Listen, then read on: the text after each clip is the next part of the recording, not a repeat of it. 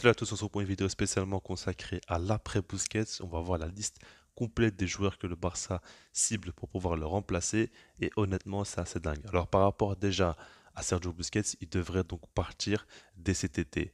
Comme on le sait, Xavi veut qu'il reste. On voit ses déclarations où il dit qu'il est encore extrêmement important et qu'il veut compter sur lui pour la suite. Maintenant, quand on regarde la direction, on n'a pas l'impression qu'ils sont très chauds pour le prolonger. On sait que Busquets négocie avec l'Inter Miami pour jouer en MLS dès la saison prochaine.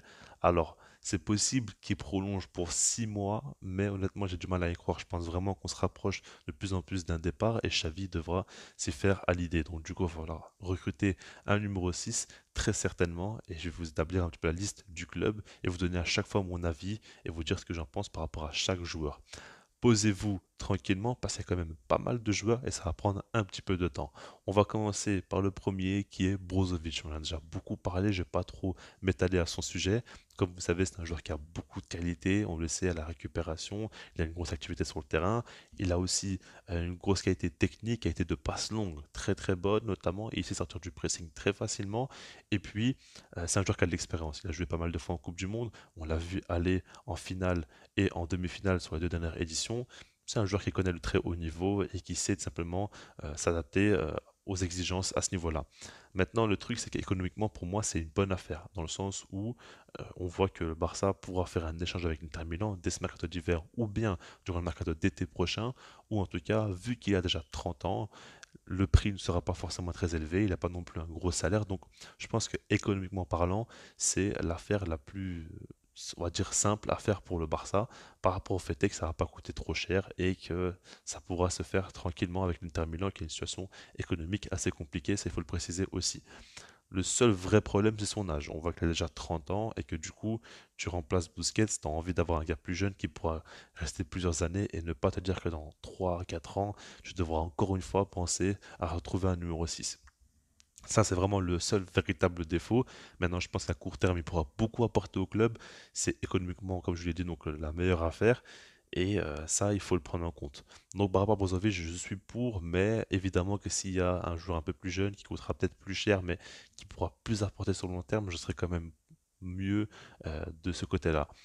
On va passer au prochain joueur qui est d'ailleurs beaucoup plus jeune, c'est Zubimendi qui connaît aussi la Liga, on sait très bien, il a joué pas mal de fois contre le Barça, on l'a vu, c'est un joueur avec beaucoup de qualité, qui récupère beaucoup de ballons mais qui est aussi très à l'aise techniquement, on le voit, il a des facilités à créer le jeu orienté, à trouver ses coéquipiers dans les bonnes situations, ça on le sait, je pense que c'est vraiment un joueur de système qui pourra bien s'incorporer au Barça, de par sa qualité technique notamment, il a vraiment les qualités nécessaires pour réussir au Barça en termes de profil.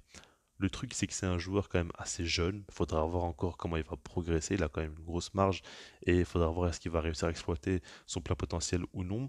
Et puis, il y a des questions à se poser quant au fait est que il connaît pas forcément encore le haut niveau. Déjà, passer de la Real Sociedad au Barça, c'est quand même franchir un grand palier, ça il faut se rendre compte. Est-ce qu'il va savoir gérer cette pression dans un premier temps parce qu'il sera quand même beaucoup mis sur le feu de projecteur alors que la Real Sociedad, il est quand même très à l'aise là-bas. Et puis découvrir la Ligue des Champions. Alors certes, le Barça joue très peu en Ligue des Champions cette dernière saison, mais au moins dans la phase de groupe, il faudra voir comment il va s'y acclimater.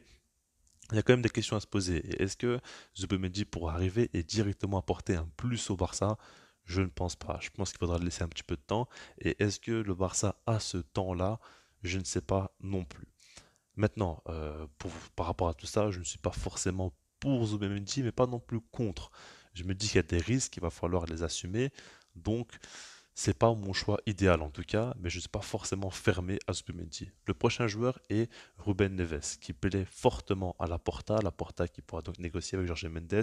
Ça, on le sait, c'est quand même un gros avantage. Le prix sera pas forcément très élevé. Je pense qu'il coûtera moins cher que Zubimendi, certainement entre 30 et 40 millions d'euros. C'est une estimation que je vous fais par rapport aux infos, etc. Et du coup, ça c'est quand même intéressant par rapport à l'aspect économique. Maintenant, quand on regarde le joueur, pour moi, il n'a pas le profil pour réussir au Barça. Je pense que c'est un joueur qui a beaucoup de qualité de par son jeu long. Je pense que c'est un gars qui est plus fait pour une équipe qui va jouer en transition, par exemple, qu'une équipe qui va s'installer et avoir un jeu où on va construire, où on va prendre son temps venant de l'arrière. On avait pas mal de matchs en première ligue où il a été mis sous pression, il a perdu beaucoup de ballons qu'il ne devait pas perdre, c'est à cause des occasions de but à son équipe. Je pense pas que c'est un joueur qui est fait pour prendre beaucoup de risques, pour être souvent mis sous pression. Et par rapport à ça, je ne suis pas forcément rassuré. Je pense que, comme je l'ai dit, c'est un gars qui est beaucoup plus fait pour une équipe qui va jouer en transition ou plus globalement, un jeu plus vertical et plus direct, qui va moins se prendre la tête qu'au Barça où on va beaucoup plus construire et prendre son temps à chaque fois. Donc du coup, je ne suis vraiment pas pour Ruben Neves au Barça. Ensuite, on a Enzo Fernandez, que vous connaissez très bien, il a été élu meilleur jeune de la Coupe du Monde 2022. Il a été monstrueux, il s'est montré, et ce qu'il faut se dire, c'est que ce gars-là, il est arrivé en Europe cette saison. En 6 mois, il a tout explosé. Avec Benfica, il est arrivé, il a joué en Ligue des Champions face au PSG, face à la Juventus. Il a fait de gros matchs. Benfica a d'ailleurs fini premier de son groupe en Ligue des Champions, ça il faut le préciser. Et puis il arrive en Coupe du Monde. Au début, il n'est pas titulaire, il a eu un peu de temps de jeu, il s'est directement imposé. Il a été l'un des meilleurs 6 de la compétition, si ce n'est le meilleur. Et il a été décisif, il a marqué, il a vraiment eu un rôle important dans son équipe, récupéré beaucoup de ballons, était présent à la création. Honnêtement, ça a été assez dingue. Et puis là, il revient de la Coupe du Monde et encore une fois, il est encore décisif. Il apporte beaucoup à son équipe, il fait vraiment de top matchs.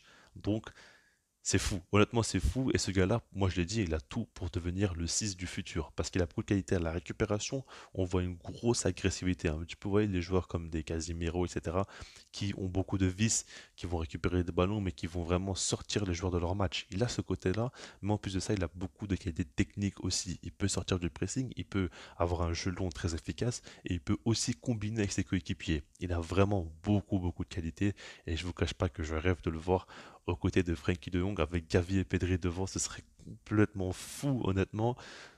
Ce serait dingue, tout simplement. Maintenant, le problème, c'est son prix, parce que tout ne peut pas être parfait. Le prix est beaucoup trop élevé. On parle de plus de 100 millions d'euros, peut-être même 120 millions d'euros, qui équivaut à sa clause libératoire. Benfica est un club qui vend très très bien ses jeunes joueurs, donc du coup, il va pas falloir s'attendre à ce qu'il nous fasse un cadeau, ça c'est sûr et certain. Et par rapport à ça, j'ai du mal à y croire à son transfert.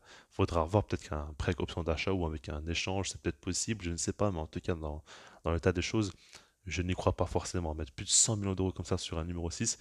Alors, par rapport à tout ce qu'il peut nous apporter, ça peut être intéressant, mais la situation économique n'est pas forcément idéale. Et du coup, tu feras des sacrifices par rapport aux autres postes.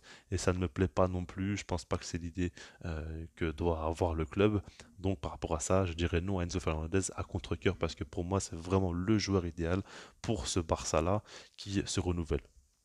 Pour terminer, on a Sofiane Amrabat, milieu de terrain du Maroc, qui a été selon moi le meilleur milieu de la Coupe du Monde. Alors ça peut paraître assez fou, mais c'est vraiment mon avis personnel de ce que j'ai vu. Il a été vraiment sensationnel. Le Maroc a fait un très grand parcours et ça a été l'un des tout meilleurs joueurs. À la récupération, il a été impressionnant physiquement, de par ses interceptions, son intelligence de jeu. Et puis quand il avait le ballon, sortie de balle, on parlait beaucoup de sortie de balle du Maroc en général, mais les siennes ont été vraiment impressionnantes. Il a beaucoup aidé l'équipe.